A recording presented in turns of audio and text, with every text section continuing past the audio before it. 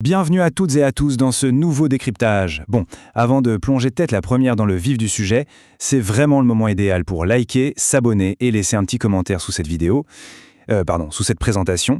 Ça aide énormément à faire vivre ces analyses. Alors aujourd'hui, on s'attaque à un outil de management quotidien.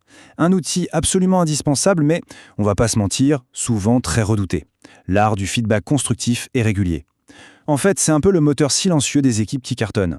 Pour bien comprendre l'enjeu, imaginons un instant qu'on prend les commandes d'un énorme avion de ligne. Allez, on décolle, le temps est dégagé, tout a l'air de bien se passer, mais là, stupeur, tous les instruments de bord sont complètement éteints. Et le pire, ils ne s'allumeront qu'une seule et unique fois dans l'année, pile au moment de l'atterrissage. Ça paraît complètement délirant, non ? Eh bien, curieusement, c'est exactement comme ça que beaucoup d'entreprises gèrent la performance. On navigue littéralement à l'aveugle pendant des mois entiers. Pour remettre un peu d'ordre dans tout ça, voici notre plan de vol. 1. Le problème du feedback annuel. 2. Le mythe du feedback sandwich. 3. La sincérité bienveillante. 4. La méthode FAIR. Et enfin, 5. Le plan d'action quotidien. On démarre tout de suite avec notre première partie, le problème du feedback annuel. Franchement, l'entretien annuel, c'est souvent la bête noire de tout le monde. C'est, par définition, un outil de gestion qui fonctionne à retardement. Attendre 12 longs mois pour enfin signaler un truc qui cloche, ou à l'inverse, pour célébrer une vraie réussite, c'est juste une erreur stratégique monumentale. Le feedback, en réalité, ça doit être une boussole. C'est l'outil le plus simple, le plus rapide et le moins cher pour ajuster le tir en temps réel. Si on attend un an pour désamorcer un malentendu, qu'est-ce qui se passe ? L'anxiété s'installe confortablement et l'efficacité, elle, chute en flèche. Ce qui nous amène directement à notre deuxième partie, le mythe du feedback sandwich. Ah, le fameux feedback sandwich. C'est un grand classique.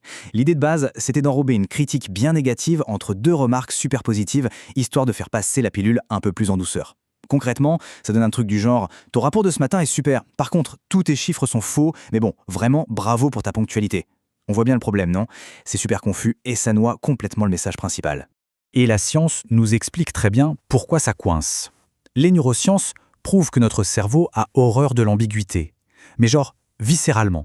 Quand on lui envoie un message mixte, comme ce fameux sandwich, il se passe généralement deux choses. Soit on ne retient que le positif et on ignore totalement le problème à corriger, soit au contraire, une espèce d'hypervigilance s'installe. Et là, les compliments sont perçus comme de la pure hypocrisie. Ça détruit la confiance, tout simplement. La vraie solution réside dans la clarté et la bienveillance. Il nous faut des retours hyper spécifiques, très directs, et surtout, il faut impérativement séparer les moments où l'on célèbre de ceux où l'on recadre. Du coup, comment adopter la bonne posture ? C'est tout l'objet de notre troisième partie, la sincérité bienveillante. Ce tableau est vraiment génial pour visualiser ça. On a deux axes fondamentaux, se soucier personnellement de la personne et avoir le courage de la défier directement sur ses comportements. En croisant tout ça, on obtient 4 postures. Si on a beaucoup d'empathie mais zéro courage pour dire les choses, on tombe dans l'empathie ruineuse. On n'ose rien dire pour ne pas froisser et le problème s'enquiste. A l'inverse, l'agressivité offensive, c'est la critique brutale, sans aucune chaleur humaine. Bonjour l'angoisse. Et puis il y a le pire, l'insincérité manipulatrice, le niveau 0 du leadership où l'on critique carrément par derrière.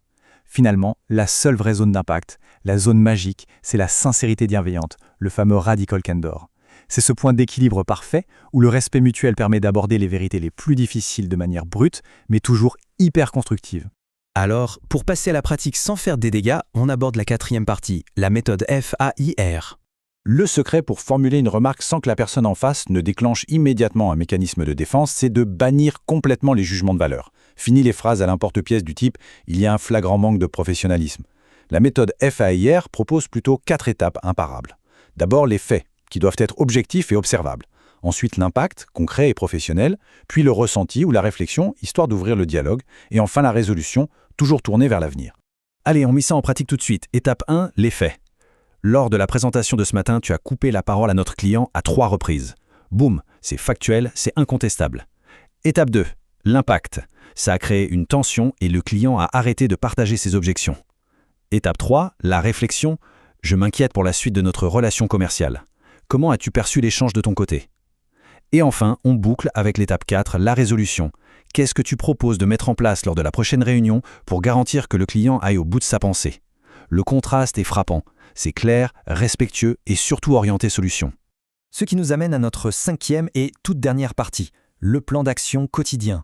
S'il n'y a qu'une seule chose à retenir de ce décryptage, c'est ce chiffre, 5. C'est la fameuse règle des 5 pour 1 et c'est prouvé scientifiquement.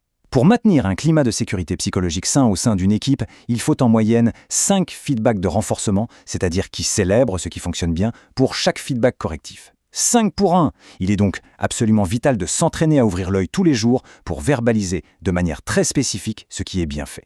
Une autre technique redoutable pour banaliser cet exercice, c'est tout simplement d'inverser la dynamique. Le feedback, c'est une rue à double sens. Lors d'un point individuel, pourquoi ne pas terminer la réunion en demandant soi-même un retour, avec une question toute bête comme « Qu'est-ce que je pourrais faire ?» ou même « Arrêter de faire » pour rendre le travail plus fluide cette semaine. Poser ça sur la table, ça montre l'exemple, ça démystifie complètement la pratique et ça prouve qu'on est tous là pour s'améliorer ensemble. Bref, tout ça nous ramène à cette vérité fondamentale. Le feedback est vraiment le plus beau cadeau qu'un leader puisse faire à son équipe. Lorsqu'il est régulier, lorsqu'il est sincère et bienveillant, il agit comme un puissant dissipateur d'anxiété. Il supprime tout le stress lié à l'incertitude et donne à chacun les moyens réels et concrets de grandir et de s'épanouir. En définitive, un leader qui s'est guidé par le feedback ne se contente pas de gérer le présent. Il façonne véritablement les compétences de demain. Et d'ailleurs, c'est la transition parfaite, notre prochaine analyse viendra clôturer ce cycle en explorant l'art de l'onboarding et de l'intégration réussie des nouveaux talents. En attendant, n'oubliez surtout pas de liker, de s'abonner et de commenter cette présentation pour partager avec la communauté différentes expériences et astuces sur le sujet.